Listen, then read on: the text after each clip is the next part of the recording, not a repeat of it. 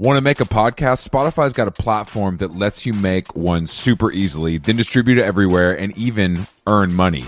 We like that. All in one place for totally free. It's called Spotify for Podcasters, and here's how it works. Spotify for Podcasters lets you record and edit podcasts right from your cellular telephone or your computer, so no matter what your setup is like, you can start creating today. Then you can distribute your podcast to Spotify and everywhere else, those other places that podcasts are heard. Video podcasts are also available on Spotify, and when you want to take conversations with your fans to the next level, Q&As and polls are the best way to get them talking. With Spotify for Podcasters, you can earn money in a variety of ways, including ads and podcast subscriptions. And best of all, it's totally free, zero catch. We've been using it ever since we started How Long Gone. And ever since I discovered Spotify for Podcasters, I feel like having the option of turning off the Q&As and the polls on the user dashboard has really helped boost my creativity and take it to another level. I highly recommend giving it a try. Download the Spotify for Podcasters app or go to www.spotify.com/podcasters to get started.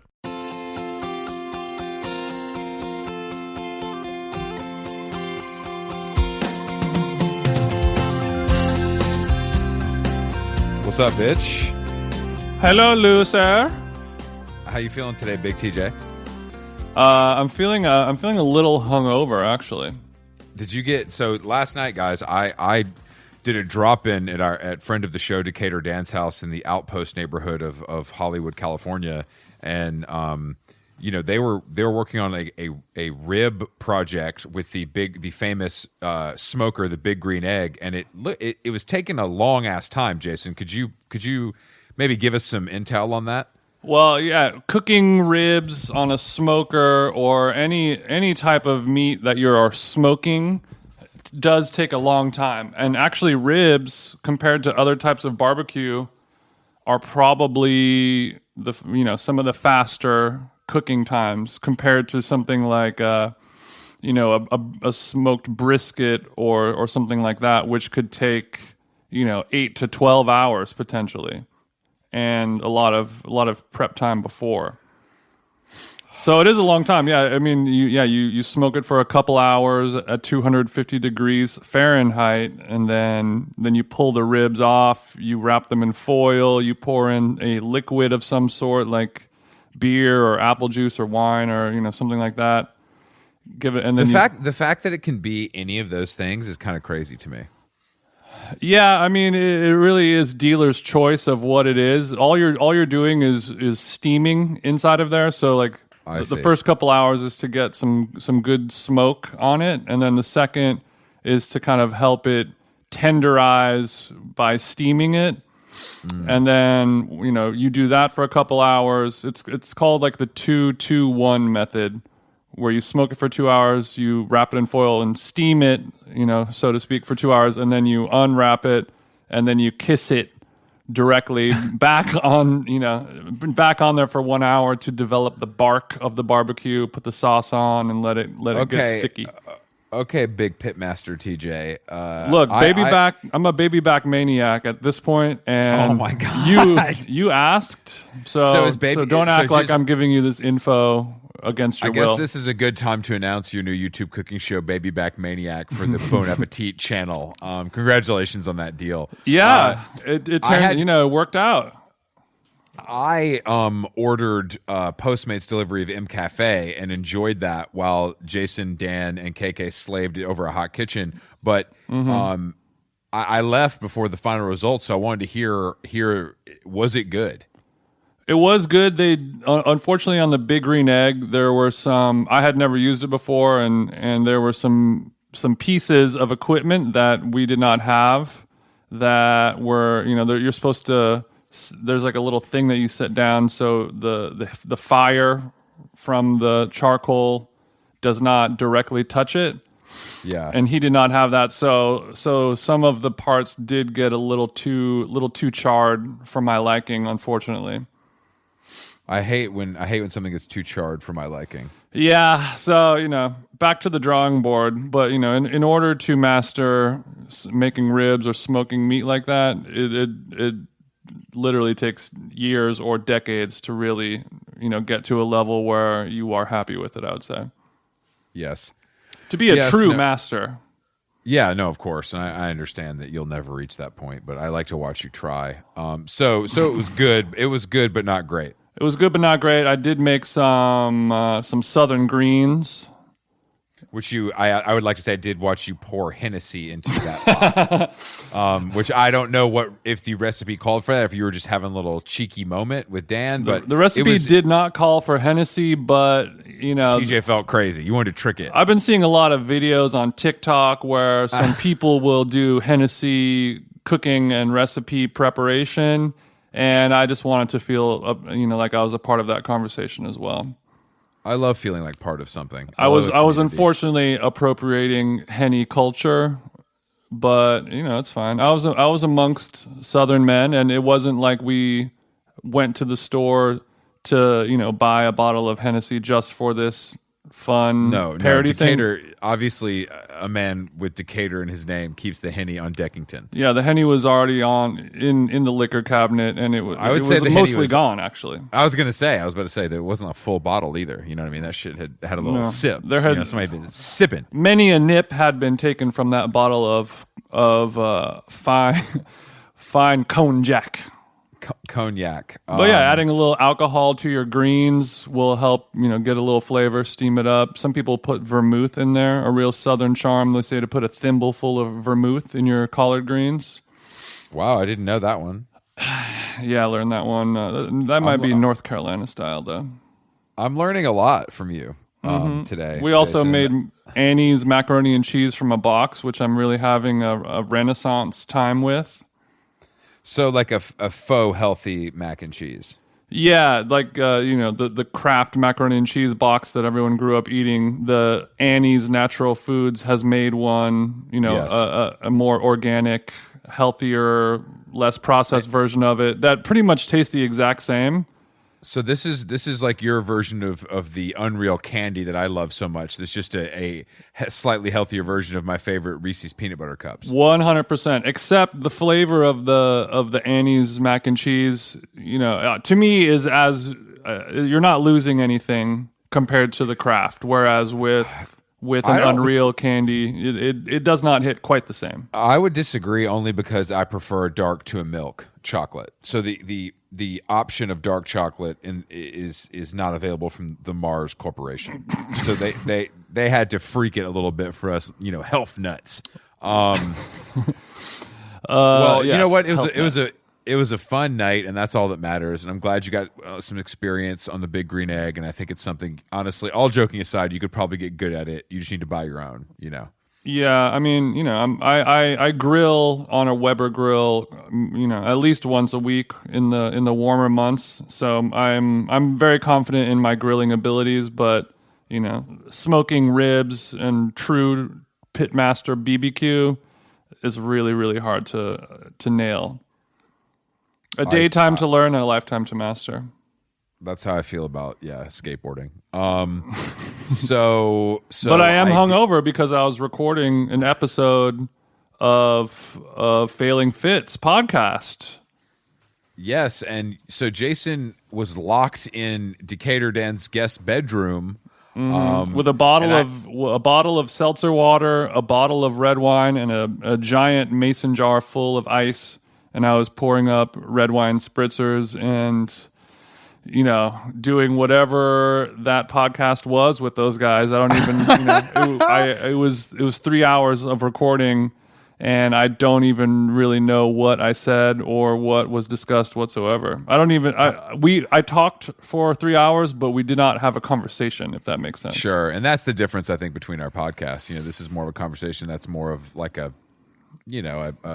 argument. I would say it's a skewering gotcha moment style broadcast. But the hatchet was buried. We did reach a pod truce, and it was beautiful to see. I would like to say that as the leader of all of this, I don't think a truce can be reached without me involved. So that's a good point.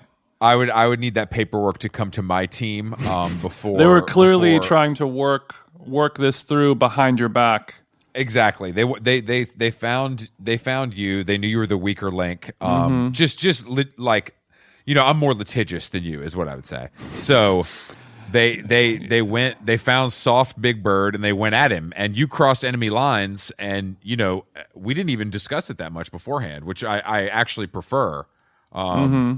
Because I don't like to think about that. I don't like to think about these guys cribbing off of the genius that I discovered, Jason Stewart, them jeans, TJ. You know what I mean? I pulled you out of the slums of Atwater and put you on Hollywood stage. Yeah. And these guys swoop in and they just think they can crib off of that. And it's and not only is it offensive, it's hurtful. You know what I mean? It's hurtful. But I understand for your personal brand that you had to do it, and I respect you for it. I used to belong to the streets, and now I belong to black. Exactly. I mean, it's not official, but I think it's understood by both sides in this relationship. Well, I can't wait to hear that. When does the Them Jeans how long gone Failing Fits crossover episode blast off into the World Wide Web? I think it should be up next week, maybe on Tuesday. And I, unfortunately, I don't have access to their Discord channel where their minions will produce some pool quotes and things like that. So you do. So we're confirming that you do breathe out of your nose, not your mouth. That's good. That's good to know. I think that I will personally monitor the Failing Fits Reddit thread to see the Jason, because each episode gets its own subreddit. So I will be. Maybe not subreddit. I don't know what these fucking nerds use. Yeah, a new thread is started for each episode. A new thread, yeah. And just a quick update from Chris Blackland. I did get up at 7 a.m. this morning to talk to yes, I want to talk about this. Some a Danish radio station got in touch with me to talk to me about Oliver, my swag surfer in Copenhagen. So I had a nice chat with these friendly Copenhagen residents. I believe it's like the NPR equivalent of their country. So, yes. And NPR. And for the record, Oliver refused to be interviewed for this program, but I was happy to offer my time, and they did say that it had become a little bit of a thing in their country.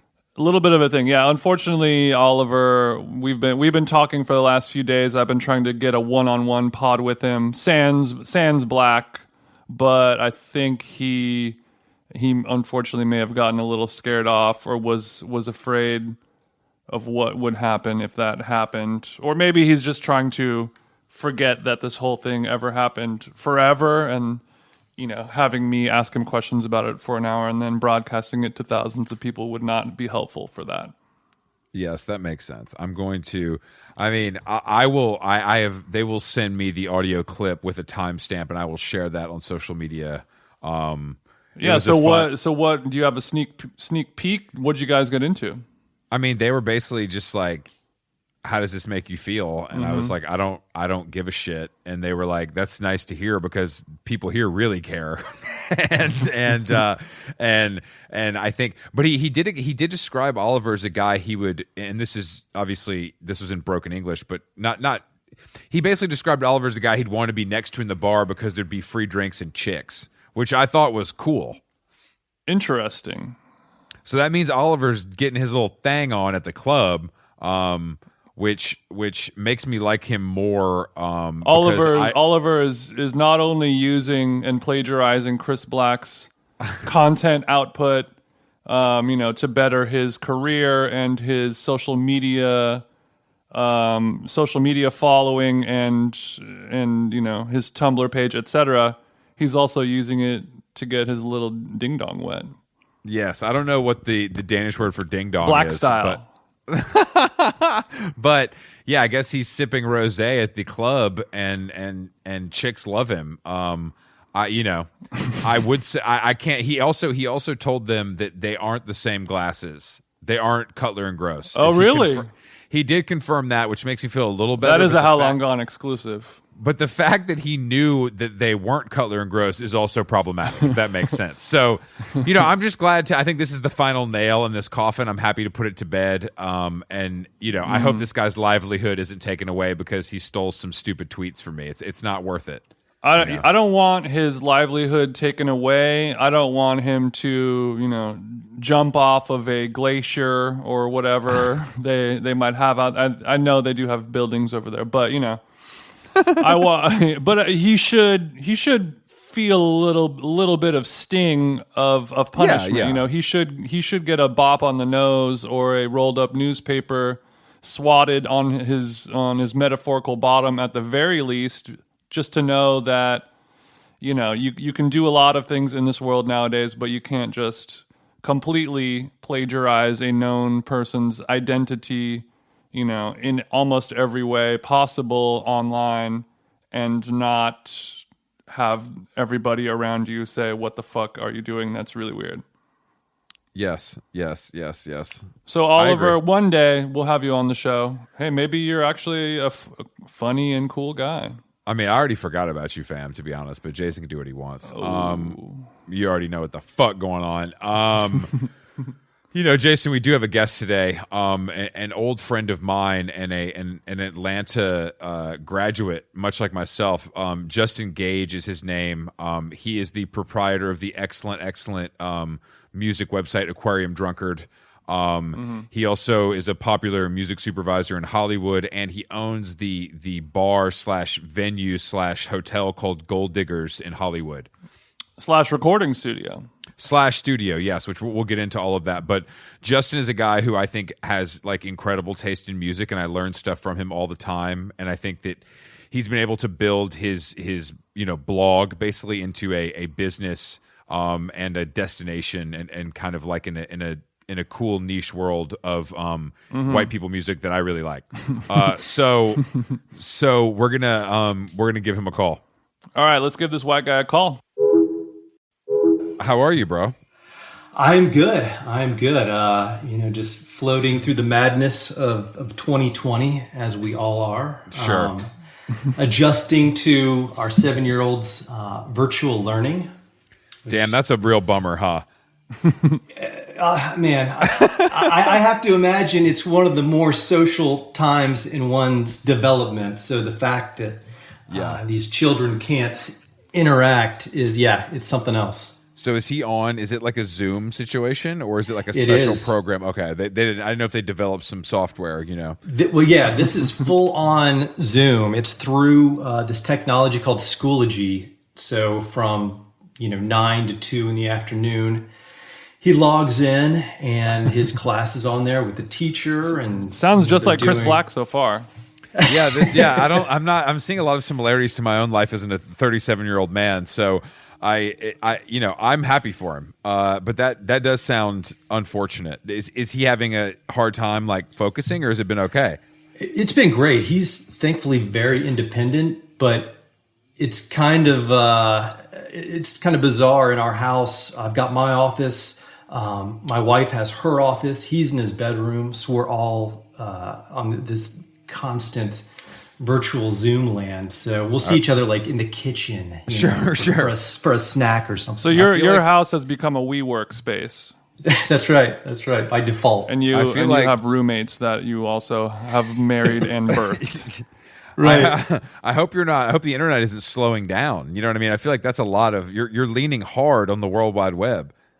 We've certainly had some challenges with bandwidth. I think it's getting a little better as this thing continues to drag on. But certainly in the beginning, everything was a little bit sluggish.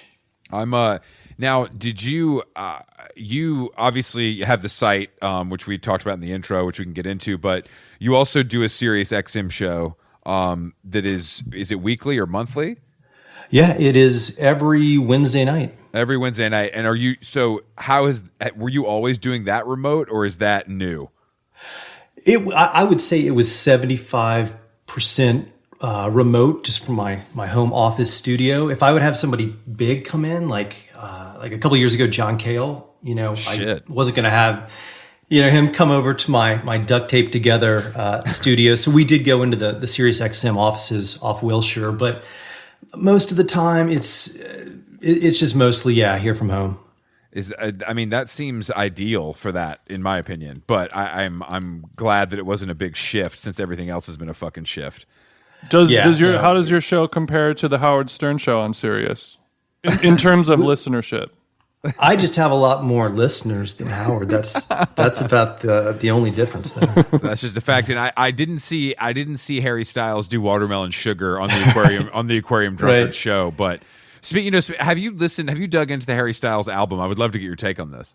I have not, but I'd love to hear your thoughts. Well, it's an absolute fucking classic, and I actually think that you would like it more than you think you would. I have to be honest. It's much more. Right.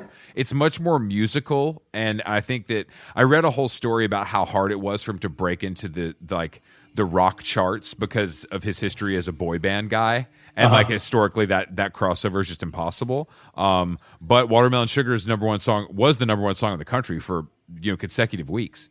But I think you would like it more than you would want to admit to yourself.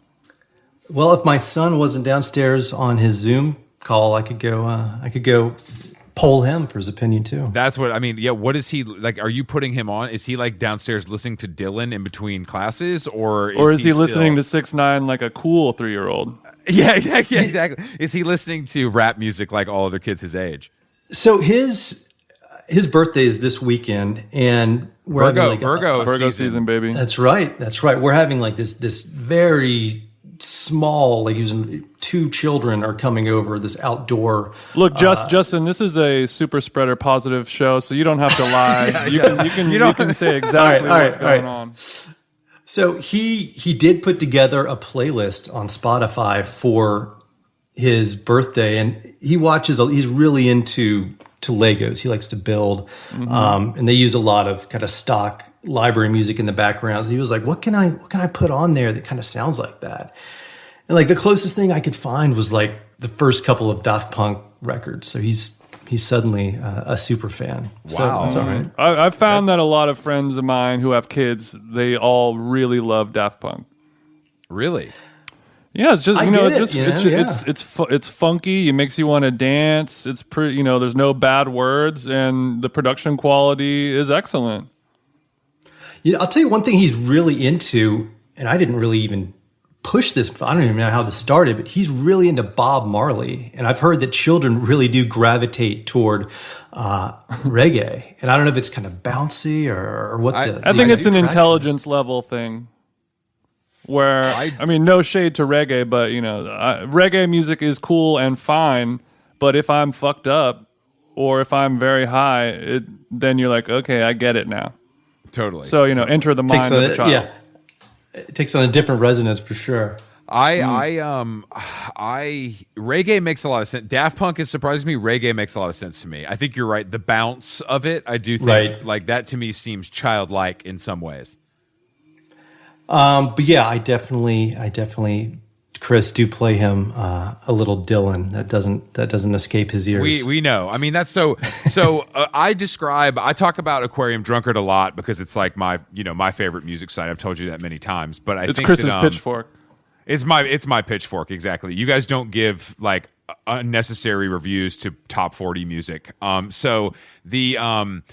But I think it started in the era of the music blog, and you've been able to turn it into a full industry almost. Whereas most of those blogs have kind of gone away. And do you think that's because you just diversified, or is that because you think you had a niche and just kind of stuck to what you knew?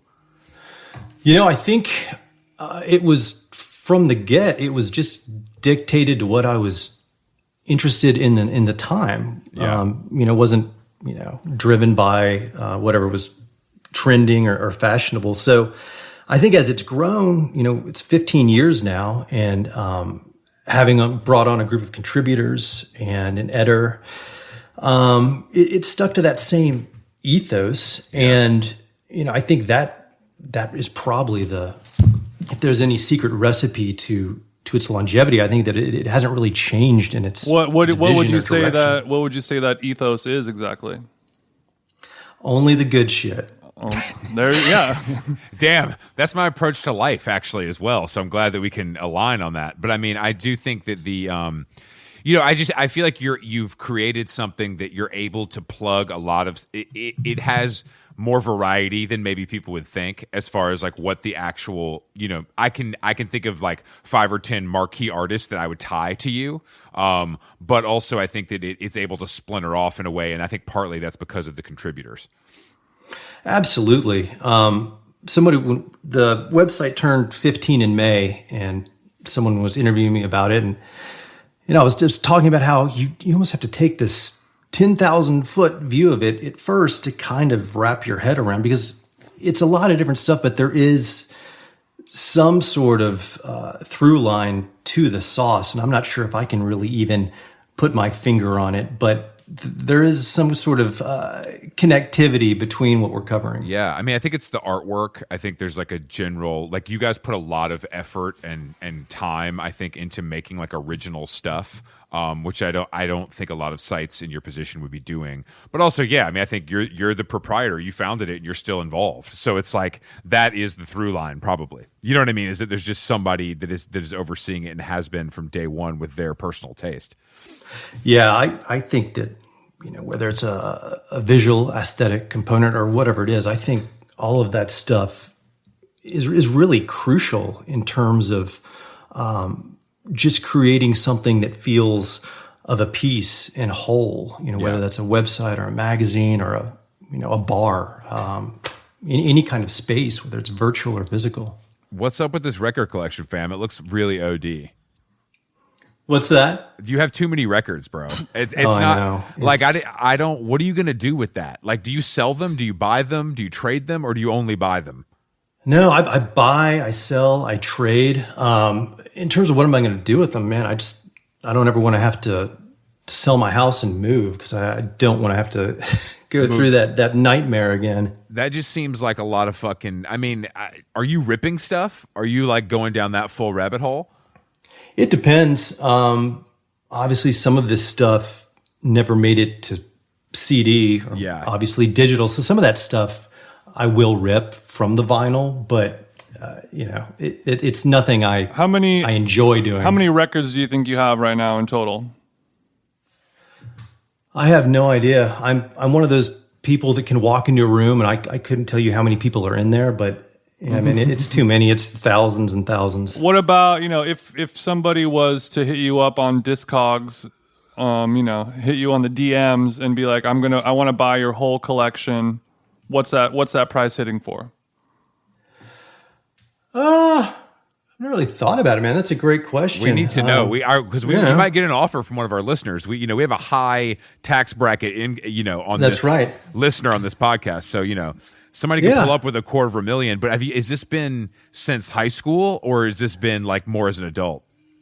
I mean, I've still got my first record, which was Michael Jackson's Thriller that my parents gave me when it came out, and then I've still got the first record I bought with my own money, which was Licensed to Ill. So yeah, it goes pretty far back. Yeah, that's impressive. At least you're dedicated. You know what I mean? There's another through line, just full dedication. So you've been supporting Michael Jackson for a long time, is what you're saying?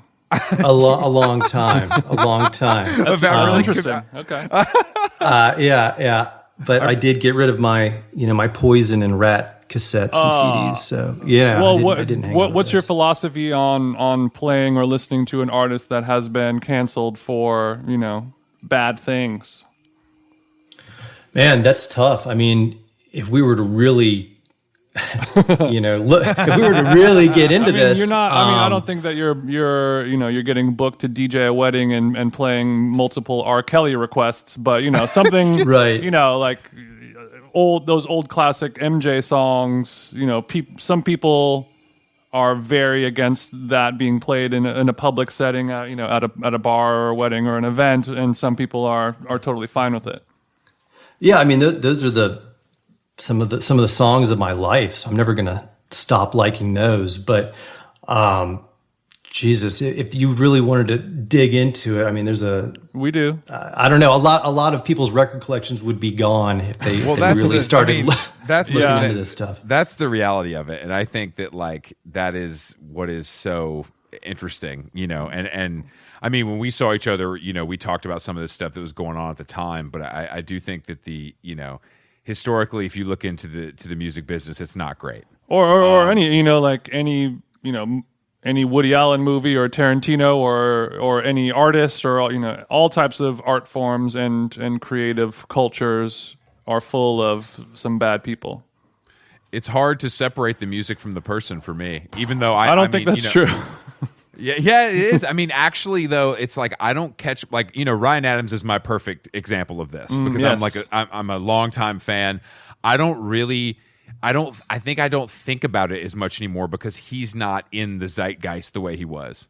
Does that make sense? Like, I think it's like, I of course love that music, but like if he was putting out something new, that would implore me to revisit the catalog. If he's doing something on Twitter, or he's doing something on Instagram, that would implore me to listen to his music. But when somebody is exiled, I'm not thinking about it as much as I was before. Mm-hmm. Well, let's just take Michael Jackson. If Don't Stop Till You Get Enough comes on the radio, my first thought isn't about him being a monster in that documentary that came out last year. It's just the tune. So I guess maybe what you're saying, Chris, about it just being more in the zeitgeist, like obviously the Michael Jackson thing is nuts and horrible, but that's I feel the same way. If an old MJ song comes on, I am not thinking about him spreading his butthole for a 3-year-old. but if an R. Kelly song does come on the radio, I do. I'm pretty quickly thinking about him urinating on a child. Yeah, same. It's actually I would agree with that, but I think the R. Kelly thing. I mean, the Michael Jackson thing is still kind of contested. The R. Kelly thing is agreed upon globally. That's true. Right. That makes a difference too. There's still a lot of Michael Jackson truthers out there. I mean, yeah, of course. You don't want that. You don't want that to go down. That could ruin your whole life if you've devoted your whole life to MJ. That's honestly true. But he is. I mean, he really could dance. And Justin, you're also you're from ATL, baby. That's right. So I think we should go through just to educate Jason and also some of the listeners. I think that we should do a little bit of like a power ranking on music from Georgia, because I feel like you're extremely well versed in this, whereas I'm a little less so. And I think you can even remind me of some stuff, because I would really give our global audience what they want. Exactly. Extremely specific regional bands from Georgia. But no, that's the thing. That's what I'm trying to explain to you. It's not that regional. We're talking REM. We're talking Black Crowes. We're talking Pylon. You know what I mean? One of my favorite debut records of all time, that debut from the B-52s. B-52s, Jason, that's a worldwide smash. It is. I like the B-52s. Mesopotamia, great song. But do we think that, Justin, if you're looking at it from now as like an you've lived in LA a long time, and I haven't been in Atlanta a long time. Are you thinking of Athens as more of the music city versus Atlanta? I think so. I went to school. I went undergraduate. I lived in Athens for 4 years. It was during the 90s, which was just coincided with the Elephant Six really gaining all that traction. Yeah. Olivia Tremor Control and Neutral Milk Hotel and Elf Power and all those bands. Yeah, I mean, when I think of more contemporary music over the last 25 years, 30 years, my head does go to Athens. But Atlanta, I'm a huge Deer Hunter fan. Same. Obviously Atlanta. Big Deer Hunter head. What do you think? Why Athens? I think this is. I've always wondered this myself. Is it just a perfect kind of combo of like timing and like rent price and like college being there? Like, why do you think a place like that? Because there's a few other cities in America like that, right? That become these hubs of kind of like indie rock, for lack of a better term. But they're not major cities necessarily. Is it something in the water, or is there some factors that you can kind of chalk up? Yeah, well, I think if we're talking about the very early days of when you think of Athens music, late 70s, early 80s, I think things kind of coagulated in that there was the art school there. There was sleepy college town. There wasn't a lot to do. Those people were putting bands together just to have something to do on the weekends for house parties. Yeah. And once you had B-52s, Pylon, Love Tractor, REM, then I think people started deliberately moving there, like you said, trying to see if there was something in the water. I mean, that happened in Atlanta. I mean, during my era of Deer Hunter, Black Lips, Mastodon, the same thing kind of happened. Like, it's all of a sudden like people are moving there. I'm like, I think you guys got this shit confused. Like these guys like went to high school here. They didn't choose this. It was chosen for them. You know what I mean? Well, I think the most prime example of that is Seattle and the grunge scene. Yeah, that's true. Of a major city becoming that musical hub where people from all over the world will travel to get a piece of that sauce.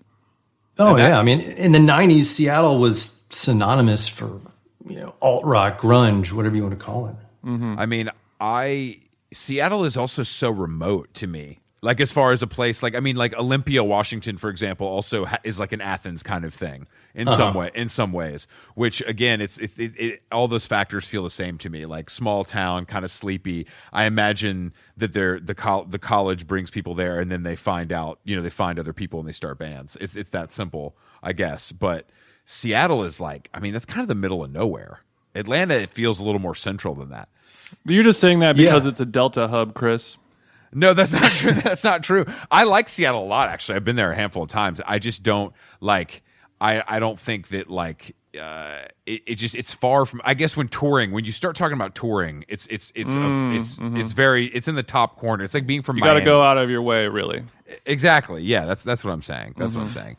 I think also Athens, very close to Atlanta, and I don't know if it still is. When I was there in the 90s, extremely inexpensive. I think my rent I was living with two other guys. I think it was like $130 a month or something. Jesus Christ. So you could have a job washing dishes and do your band. You weren't having problem.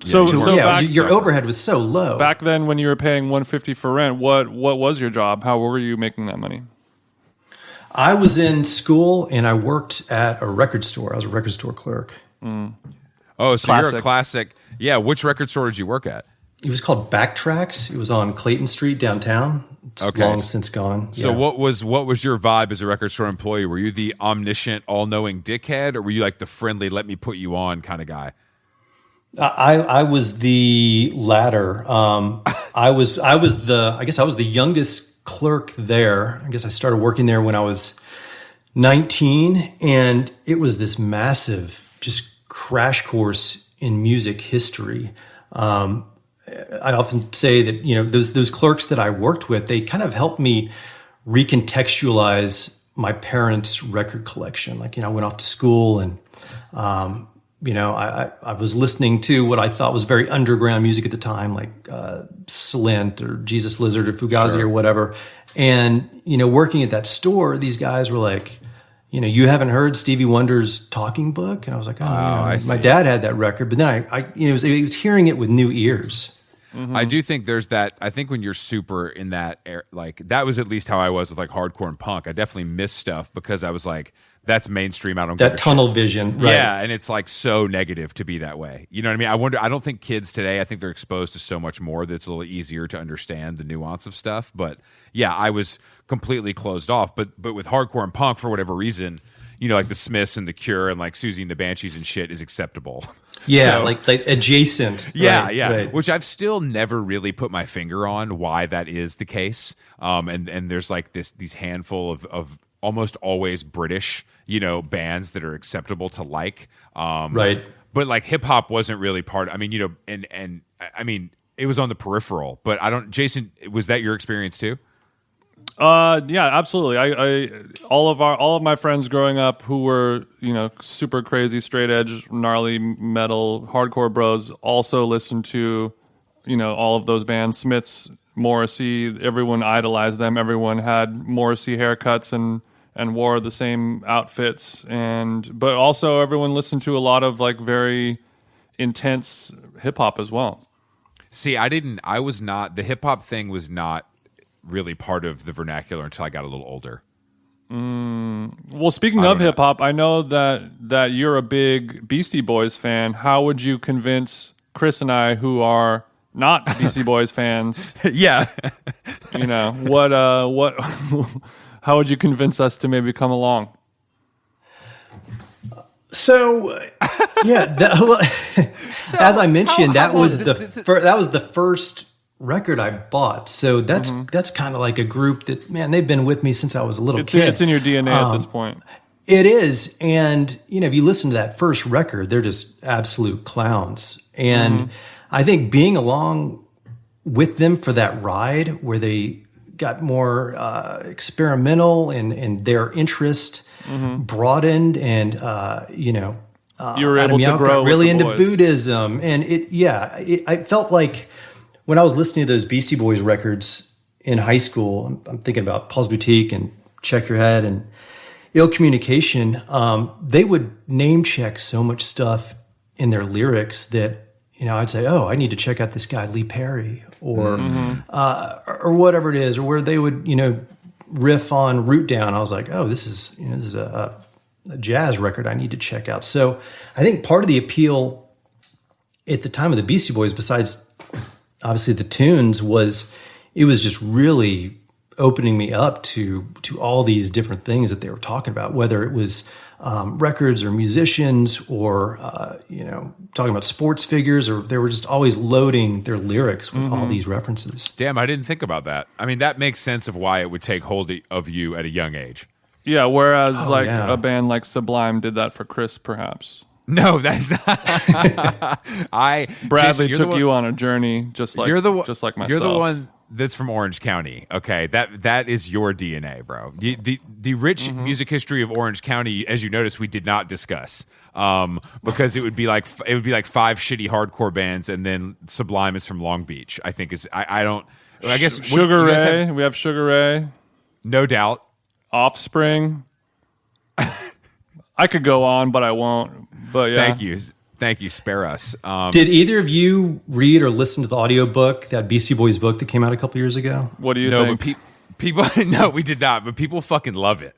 It is so good, and I would recommend the audiobook, as even if you don't like the Beastie Boys, the amount of time they spend talking about growing up in New York City is fascinating. Yeah. That part about them. They're one of those, and there's a few people I feel this way about, but I'm very happy they're famous because they're like important in the cultural lexicon. It's just personally, I don't listen to it. I'm like happy they're famous because they're cooler than 99% of famous people. I guess you could similar to the maybe Jason Lee, where like I'm not a huge fan of his acting, but I'm glad that he became a famous actor and was like a professional skater and like turned his weird life into like a successful career. Yes, yeah, right. Yeah. I would agree. I think that is cool. It gives you hope when you're a kid, for sure. Also from Huntington Beach, just saying. Oh, okay, there we go. Now I knew there had to be a tie-in. I also, Justin, want to talk about some of the music supervision work, because we talk to people about their careers a lot on this podcast, and I think that music supervision is something people like loosely understand. You know what I mean? Right. I think they know that someone is putting music in their favorite, television shows and movies and commercials. But I think the actual process behind it and what is required, besides someone like you has like an encyclopedic knowledge of music in general. What is the process like? Let's say you're working on a TV show. What is that process like, kind of from start to finish? Yeah, well, every project is different, whether it's a TV show, a film, a commercial. I think one of the biggest misconceptions, it's just having this encyclopedic knowledge of music. People don't think about the clearance and the licensing obstacles and just the myriad ways that those deals shake out in 2020 with just so many different avenues of how something is being viewed. If you're working on a car commercial, there's the car commercial, and then there's the spot that they cut for YouTube, and then there's the 30-second or 1 minute Instagram bite-size portion that they do, and all of that has to be accounted for when it comes to licensing it, and there's a different amount of rights and money attached to anything that you're doing there. Does that mean now that the artist is actually making more money because there's just more usage, even though it's for YouTube and Instagram versus just television or broadcast? Okay, if you're asking me this 10 years ago, I would say yes. But in the last decade, licensing your music, if you remember, let's take it back 20 years, 21 years when Moby put out that album Play, that was one of the first artists that really embraced licensing their music. Before that, it was, if not verboten, it wasn't cool. That's a big part of Moby's books, actually, which I have read both of. But he talks about that, how he did that and didn't really realize that made him rich. Solidified. I mean, he is so rich, and people are always like, why, how? And I'm like, that one record, it was, every song got licensed 100 times for 10 years, 20 years, still to this day. Still does. Yeah. I'm not sure if my stats are right, but say there's 20 cuts on that album. I want to say that 18 of those were licensed or something. That is a wild ass batting average. That is wild. It's crazy. So you go from Play coming out in 1999 to 2020. There's no stigma around licensing your music. It's one of the few revenue sources for musicians now.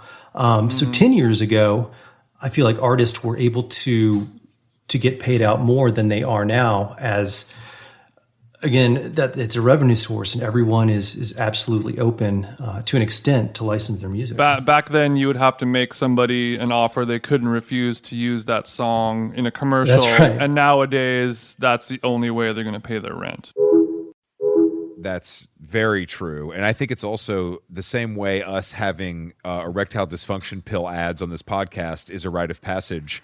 I think having a big license, like a car commercial or an Apple commercial, like in the early 2000s or mid aughts, that was like a badge of honor almost. It's cool to do that now. It's not just it pays the bills. Yeah, you're like, oh, I'm happy for you that you are able to quit your job at Starbucks now because you got this. Exactly. Yeah, I think that's so. What I mean is, Justin, are you seeing less resistance now when you approach? Is there any resistance when you approach artists or labels at this point? No, not really. Obviously, if it was some sort of product or service that they had an issue with, you'd see pushback there. But man, in the midst of a pandemic, this really is one of the few revenue streams left. Yeah. That, and also exposure, just getting that song, maybe somebody hears that in a car commercial and then they go stream your record, or even better, maybe they actually buy the record. I mean, I'm a big Shazam user. It's my favorite app. It really is. I think Shazam is truly one of the most underrated, brilliant apps of our time. You're a Zamzaddy. I'm a Zam Daddy. Yes, Zam Zaddy. I use it all the time, but I do think that Shazam now is integrated with Apple and Spotify and shit, so it makes a playlist for you and everything. It makes it great. It makes it very easy, to go. But so, all right, so let's just say, for ease of conversation, it's a car commercial. So there's going to be 3 cuts of that, and you're saying that you're negotiating the price between the you're not only choosing the music, but you're also in negotiations with the record label or song owner, if it's the artist, and the company that wants to license it. It depends on the project. So if I was working for a client through an ad agency, like let's say it was a car commercial, I did a Lexus commercial 4 years ago, and hey Chris, little Georgia shout out. I put a Pylon song in there, right? I remember this because you got it was like a big look for them. I mean, that's like Pylon. I mean, now they're doing a big anniversary record and stuff, but at the time it was pretty quiet for them. That's right, and that's just found money for them for a track that came out. And also, nobody other than you guys knows who this band is. Just to let you know, that is not true. That is not true. But maybe I'm exaggerating a little bit, but also. Not. But I think the point is, though, of that example, which is good, is that you were able to pull something that made a giant corporation happy, paid a band that you love a lot of money, and it exposed the band to a whole new audience, and it worked really well for the commercial. So it kind of hit everything you were trying to do. Right. And in that instance, I was solely doing the creative aspect. I wasn't having to, do the clearance or the licensing. Their business affair took care of that. Yeah. I was solely charged with, finding the right sound to pair with the commercial, and then helping them, connect the dots to the rights holders. Now, with an instance like that too, is Lexus, is that brief clear to you, or do they not even have the language to describe what they want? Okay, that one specifically, I was working off storyboards. I knew that he was going to be shooting in Paris, and they were going to shoot during the day, and they were going to shoot at night. So I was throwing all kinds of stuff against it, Serge Gainsbourg to you name it. But we ended up settling on that pylon track, Cool, and that opening bass line. That was what they really latched onto that. Yeah. And that's the other thing I think people should understand is that these songs get chopped up into many, like it could literally be that bass line looped and that's the whole thing sometimes, but with the television show where there's a lot of ground to cover and a lot of time to fill, I feel like that's probably, is that did you feel less pressure doing that? Because it's kind of like a whole season and you're in bed with them a little more? Again, that depends on the situation. I got to work on one of the final seasons of Bourdain, and this one was all in Asia. And a lot of times this music stuff comes down to the wire. So, and that was 7 countries in Asia. So, licensing music from a lot of artists that didn't speak English. You're having to work with a fixer, just the pure translation. And then you're having to deal with the different PROs, the performance rights organizations around the globe. So each one is its own unique beast. Did you get to build with Bourdain at all, or was this strictly through his people? I was invited to the rap party, and it was in New York City. And obviously, I live in Los Angeles, and I was like, I've got something else going on. And unfortunately, he passed about 6 months after that, so I never got to meet him. Oh man, that's a missed op for sure. But that's crazy. I mean, that's really interesting to work on that show and deal with that. Like, that does sound like a big challenge. Just trying to make all that work it sounds like a lot of moving parts. Yeah, I mean, sometimes you're doing this and you're familiar with the artist or the label or the publisher, and it comes together very smoothly. But again, if you're doing something more complicated where you're dealing with a dozen artists in Asia, and you are having to work with a fixer just to translate what you're approaching. It's a different can of worms. So speaking of go ahead, Jason. For a lot of people would consider music supervisor to be like a really fun job, and potentially easy because everyone thinks that they have great taste in music and all you have to do is pick that. But a big part of the job is mostly just like the paperwork and the relationships and the back scratching, and like I'll let you sync this song if you do this other artist that I have on my roster that sucks, blah blah blah. What do you think that music supervision is like kind of a heavily guarded industry or career path because it is such a sweet gig if you're able to get it? I'm in a unique position. It's not my one job, my one source of income. So I'm only taking on projects that I feel genuinely passionate about. But yeah, if this was this is what I did day in, day out, it would be a very different game. That is so. Since you're touching every part of the music business, how fucked is the industry, bro? Let's get real here. How bad is it? How bad has COVID made it? How do we get out? Man, it's tough. Unless this miracle vaccine drops soon, I think it's going to get a lot grimmer. We were discussing the lack of income revenue streams for artists, before COVID. Now you've taken out touring, which is just a killer for a lot of artists. Totally. So, I don't know. I don't know where things are going to go from here. I mean, I can tell you from my own experience, I'm a partner in this project called Gold Digger Sound in East Hollywood. We're a recording studio, club, bar, boutique hotel. We just kicked off our live stream series. This is something I've been working on all summer to try to put the pieces together. We kick it off September 1st with Mary Lattimore. So I think everyone's trying to pivot and find ways to stay afloat amidst this. But Yeah, I don't know. Yeah, what have you been doing? If you own or you are a partner in a live music venue, are there any other ways for you to make money right now with this space? Or have you been able to rent it out for filming or anything like that?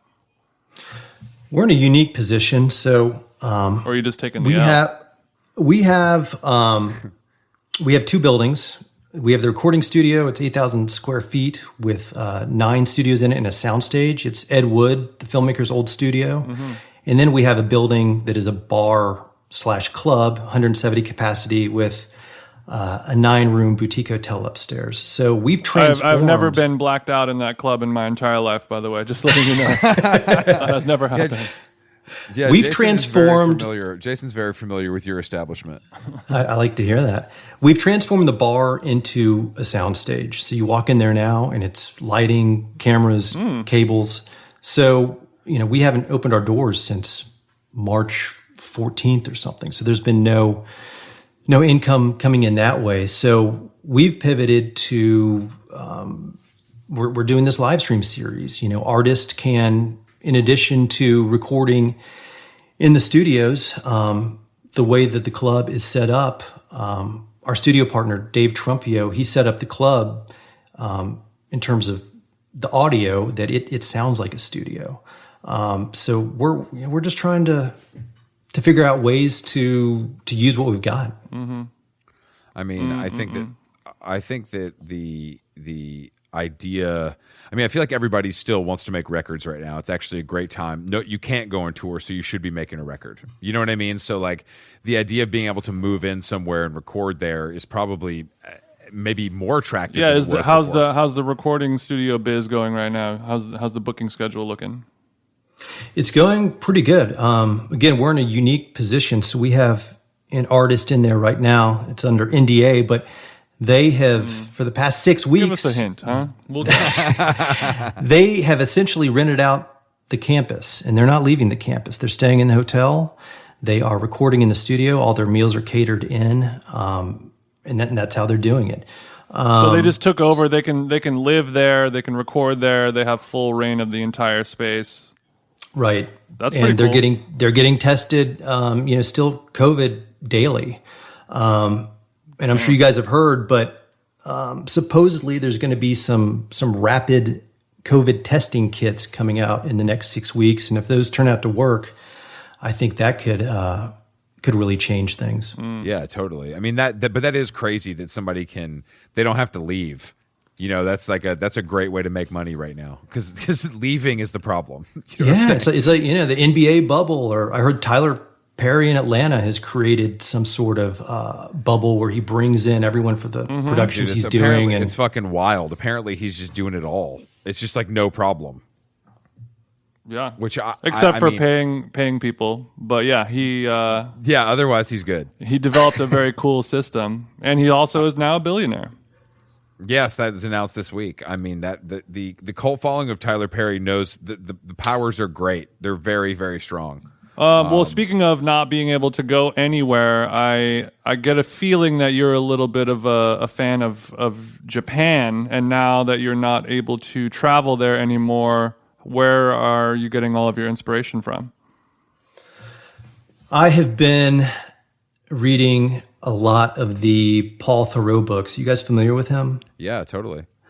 I've been, super deep dive on those, just trying to, again, I really miss travel. I just wrapped up Ghost Train to the Eastern Star, which came out in 2008, which was him retracing his steps 30 years later across Europe and Asia from the book that kind of broke his career in 1975. I'm about to start another one of his books. Chris, you might appreciate this. It's called Deep South, which I guess he takes his brand of vanguard travel writing down to the Southeast. So, I think I've been... I've been reading, a lot of things set abroad. I just reread The Sheltering Sky. My mind was in Saharan Africa. So you're mentally taking a vacation as much as you can. You're going on a journey in your mind, and I think that's awesome. Yeah. And even with my kid, we just watched that, I think it's Netflix or Amazon, that, toughest race challenge with the host is Bear Grylls.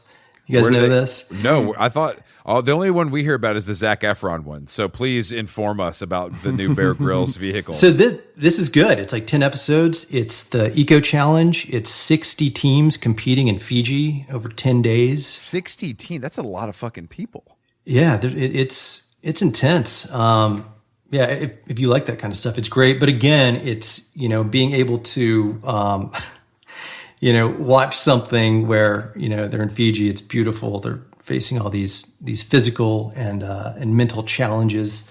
I've been going astral with the traveling. Jason just turns on his IMAX screensaver, and he disappears to wherever it takes him. Damn, I wish I had an iMac. He said he just smokes weed, and then he's like you said, he's in Africa, he's in Asia, he's in Australia. Right. What I do is I take off and go to Mars sometimes. Exactly, you blast off is what we'd call that. Mm-hmm. Well, that's good. I'm glad that you're doing that. I also know that you're very into running. Are you still?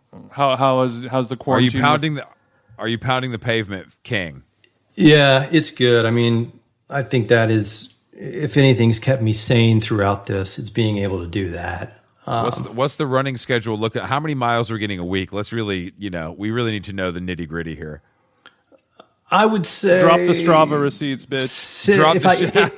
If I can get it in 6 miles 5 days a week. Shit, that's pretty serious. Okay. Yeah.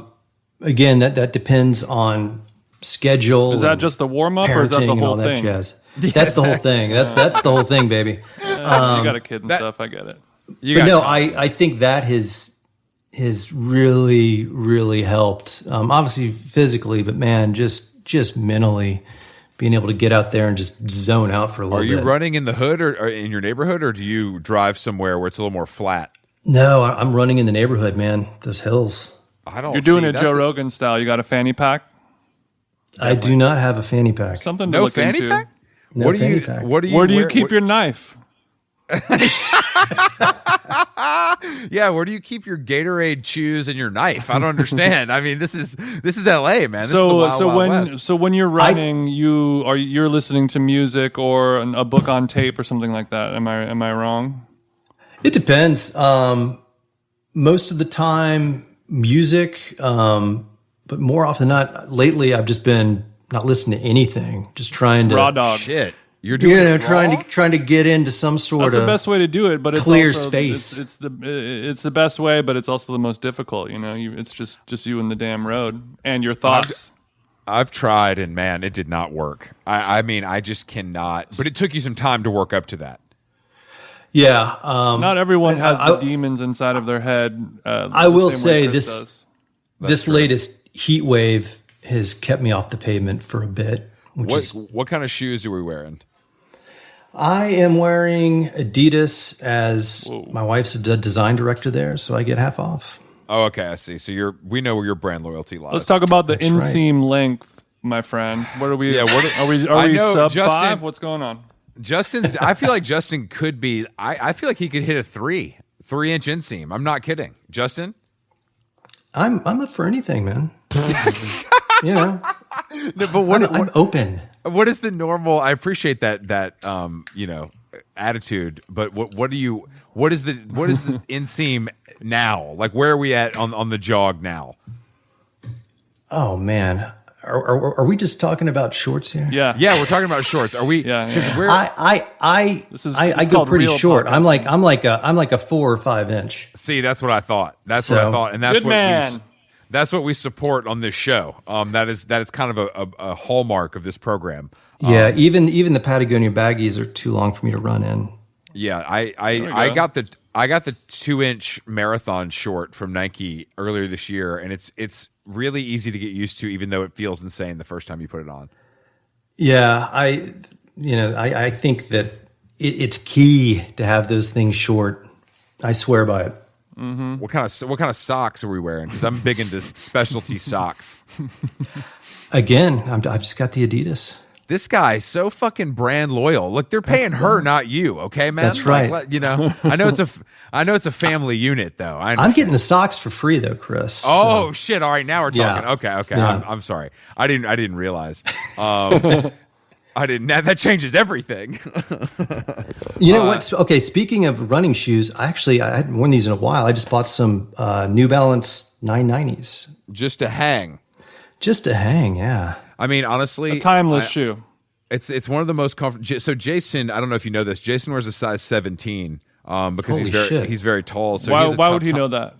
I don't know. I don't know. It'd be cool. It's kind of the most interesting thing about you. So anyway, he wears a size 17 shoe, and it's really tough for him to find footwear, obviously. But New Balance, I feel like Jason, they often have you covered. Yeah, I would say they offer the largest selection of freak show styles in my big people feet. Plus size footwear is what I like to call it. For a bigger guy like myself. For a bigger guy like you. But I don't know if Justin, do you find yourself wearing shorts all the time in LA? Because after my temporary move here, I haven't put on pants like twice, maybe. You've been hanging out with TJ too long. I put on jeans for the first time in 6 months last night. So yeah, it's mostly. Damn, you have shorts. a court date, jury duty. What's the occasion? It was my buddy's birthday, and we had a little hang. So I thought I'd put on hard pants, as I started to call them. hard pants. Pants. That's exactly what they are, though. Putting on pants after this time here. I mean, but you have some outdoor space at your house. So you're not cooped up. No, man, we're really fortunate. Yeah, plenty of space here. What would you say your level of social distance hanging? Where are you at on the scale of freak to irresponsible? I think, are you an irresponsible with freak? it? But I responsible, but I also feel that you have to keep living. Yeah. That's the stance on this podcast as well. We're responsible, but I was watching Jason, make ribs for 5 hours last night. So it's but that's just you and I in a backyard. That's true. That's true. What last episode we had a guest, Leslie Arfin, who lives in Los Feliz, and she was ranking her LA grocery stores, and she put Gelson's number 1. She put Whole Foods number 1. Oh, I'm sorry. Whole Foods is number 1. Gelson's is number 2. Maybe. Yeah, I guess so. What were her thoughts on the Los Feliz Albertson? Because it has its own Instagram account. It's like there's like a cult like following. Actually, she said that it is such a shithole that she wouldn't be surprised if that location was where COVID actually started. Comparing it to that of a Wuhan wet market. Well, check this out. Best music of any grocery store I've ever been to. Really? Albertsons. What? Yes. Oh, this is a new development.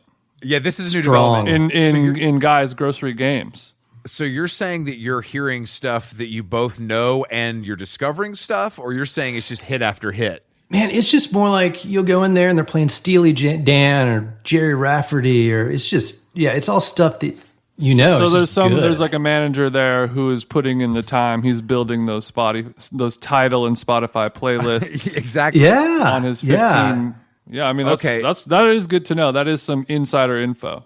Everybody that works there looks like they're out of Central Casting, and like I said, it's got its own Instagram page. Wow, I didn't know that. But is that a place that you shop, or are you saying that you just like the vibe? I like the vibe, yeah. And, it's easy. I used to live in Los Feliz, so it was a 4-minute walk from where I used to live. But, yeah, she was talking about grocery stores. I'm here in Glass Hill Park, so I'm going to Sprouts a lot. Damn, Sprouts is a left field contender. Jason, tell us what you know about Sprouts. Sprouts is, I think it's somewhere in between a Whole Foods and a Trader Joe's. Where that's fair. There's a lot of bulk items, lower price points, decent amount of vegetarian and vegan selections, while still maintaining a mainstream level of food as well.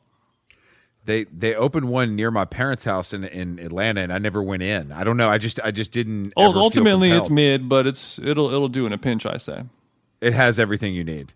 Sure. Also, speaking of food and cooking, do you guys were you guys at some point posting recipes or sharing recipes on AD? Wow. Okay, man. Old school. 2005 when I started it, it was kind of a fluke. I just started this thing to, instead of having like an email chain with friends, this was just a way to post whatever I was reading or watching or listening. But I would also post like, some recipes. Mm-hmm. You like to share. That quickly dissolved though and just turned strictly to music. So are you still cooking it up? Yeah, we're still cooking. I think like everyone, we've gotten pretty burned out on cooking. So I feel like we're doing a lot more delivery than we were. That's all of us. That's all of us, sweetheart. It's not me. just you. Yeah. I never gave up. I never sold out, bro. Still at it. I'm still at it. For better or worse, I don't know if, I feel like I guess we all have a lot more time to burn, so you're doing that, which is nice. Yeah, I mean, it's probably not the most useful and productive way to spend my time, but, it is what I love. Well, are you doing the thing where you've got a favorite cookbook and you're like, all right, I'm just going to go page by page? Are you doing it like that, or is it more ad hoc, like freestyle? It is definitely more ad hoc freestyle. I never really cook recipes out of a cookbook. I usually I'll browse around on the internet, get inspired by something, and then find a recipe that I think sounds the most in line with my sensibilities and current ingredients, and then kind of build my own custom version of a recipe based on that. All right. I'm coming over tonight. What are we eating? No, honestly, he's downplaying it. Jason's an incredible cook, and I enjoy the fruits of his labor all the time. That wasn't a downplay. I was bragging about how cool I am and how good I am at cooking. Oh, I'm sorry. I'm sorry. I was confused. It was an upplay, if anything. And I need you, Justin, to put us on to some new music that we need to know about. Is there anything that the listeners should know? Because somebody put me onto something this week, and it's called Lomelda. And the album is called Hannah. It's on a record label called Double Double Whammy. And I'm just really into it. All of the words you just said, I did not like. My friend, listener of the show, Jake Gallagher, put me on, and I was like, "This is actually very good." And it's I think that we have an expert on the line here. If you have anything you'd like to suggest, that's really been an earworm for you lately, we'd love for you to share. Yeah. All right. Let's see. I found something about a month ago through the magic of Spotify. This guy, he's about 19 or 20. His name is Chico Bernadez, and you can find him on Spotify or Bandcamp. He is from Brazil. He's I guess you would classify him as a folk artist. But it's great. Obviously, all sung in Portuguese. I've been listening to that a lot. I'm going to plug Aquarium Drunkard right now. We just released this morning a Lagniappe session with Dirty Projectors. That's a series that we do where artists do cover songs. And he did 2 tracks from that seminal self-titled Stan Getz Gilberto album. Oh, wow. Cool. I love that series because that was where I heard the greatest cover of the Gin Blossoms that I've ever heard. Oh, that White Fence one. Yeah. That shit, Allison Road is a fucking classic, and real heads know that. But his cover of Allison Road, like that, really lit me up. Out of all the Gin Blossom covers over the years, this was the first. This was the top. Exactly. But honestly, that series is great, and I feel like it's probably are people usually pretty happy to participate because it's something new and kind of challenging. Yeah, and I think it's fun. I think from a listener standpoint, it kind of gives you a little window into what that artist, what they're influenced by, what they're listening to. And from the artist standpoint, I mean, it goes from, pretty standard covers to sometimes like wild, just imaginations of just reimagining the entire thing and reinterpreting it. Some is just absolutely fascinating. That's what that's what's interesting is the White Fences cover of Gin Blossoms to me was like pretty, it stayed pretty true to the original, but it still felt very him, which I think is as hard to do as making it like totally insane. Like I think those are the two things that interest me the most, But so there's a new Dirty Projectors one that is up now on the site. Yeah, it came out this morning. Dave Longstreth, the main cat in that group, he just put out his latest EP, I believe last Friday. What else? There's a group called Paint, based here in Los Angeles. It's Pedram from that band A La La's. This is his own project. Cool. He just released like his second record, which is killer. I like the name Paint. Very cool. Yeah, it works. It works. What else? There's a group from, I think, Norway I've been listening to past few months called Orion's Belt. They're worth checking out. Top 5 constellations.